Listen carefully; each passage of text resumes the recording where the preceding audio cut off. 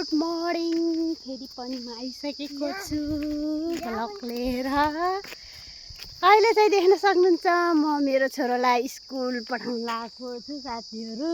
गाडी सर्दैछ यहाँको गाडी देखेर म त दिक्क बिक्क भएर टाइममा आउँदैन। कहिले 9:10 आउँछ, कहिले 20, कहिले 25, कहिले 30। घरैनिर भएको त केही हुँदैन साथीहरू। यहाँ पुऱ्याउने यत्रो यो बाटो छ नि साथीहरू, यता हो यतातिर मेरो पछाडि यतातिर गएको बाटो, त्यहाँ आउनुपर्छ पुऱ्याउन चाहिँ डेली। अनि साथीहरू यता चाहिँ मेरो छोरो देख्न सक्नुहुन्छ, उहाँले आफै ड्रेस लाउनुहुन्छ, आफै ड्रेस लाएर आउनुभएको। कपाल मात्रै मैले कोरिदिएको, अरू सब आफै हो उहाँको। दैनिक क्रियाकलाप आफै हुन्छ, तर होमवर्क चाहिँ अलिकति ढाँट्नुहुन्छ हामीलाई। ए मेरो ह्यान्डसम छोरो। अनि तिम्रो ह्यान्डसम छोरोको नाम के हो त?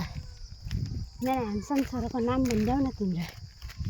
यहाँ साथीहरूले तपाईँको छोराको नाम के हो भलक हाल्नु भन्नु भएको के? मेरो छोरो पनि भलक त बनाउनुहुन्छ उहाँले पनि, तर अहिले चाहिँ खै किन हो लाज मानिरहनु भएको छ। गाडी आएको छैन। 15-20 मिनट भइसक्यो।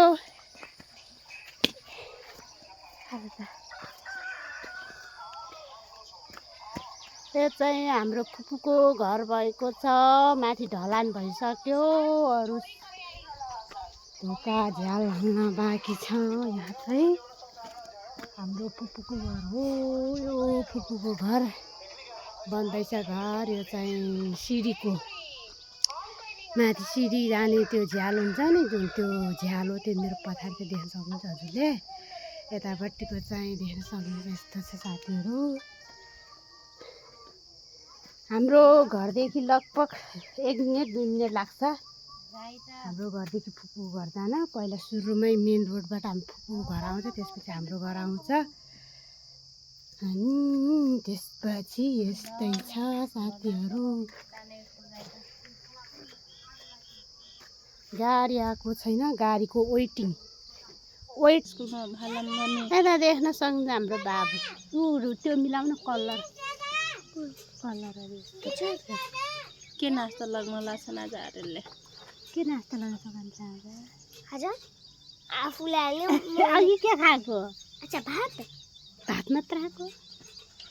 खाजा दिमाग खराब हुन्छ। के खाजा? कति 8 सम्म दिन्छ क्या? दिएर कतै 8 सम्म? 5 सम्म मात्रै दिन्छ। 9:30 भइसक्यो, अहिले आयो 10 मिनट 15 मिनट।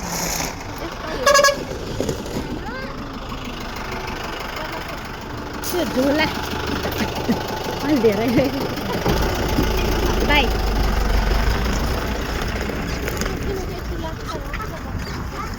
तिनीहरू भने लिक साथीहरू। म चाहिँ दिउँसोको भाँडासाँडा मात्न लगाएको, खाना खाएर मजाले। अनि अघि त कालो भाँडा थियो, मैले त्यो कालो भाँडा चाहिँ मजाले बालुवाएर खरानीले मस्काउँछु। त्यसपछि चाहिँ म साबुन पानीले मजाले सबै भाँडा धुन्छु। भाँडा त यति धेरै किन होला भन्नु होला हजुरले चाहिँ। भाँडा चाहिँ यो चाहिँ मेरो बिहानको नास्ता खाएको र दिउँसोको खाना खाएको हो। मलाई चाहिँ भाँडा पल्ट धुन मन लाग्दैन, एकैचोटि नै धुन्छु म भाँडा। त्यही भएर भाँडा पनि मजाले धुँदैछु बसेर। थालहरू पनि थुप्रै थियो, बिहानको नास्ता खाएको। अनि बाबु स्कुल जाँदाखेरि नास्ता खाएको भाँडा हुन्छ, एउटा थाल।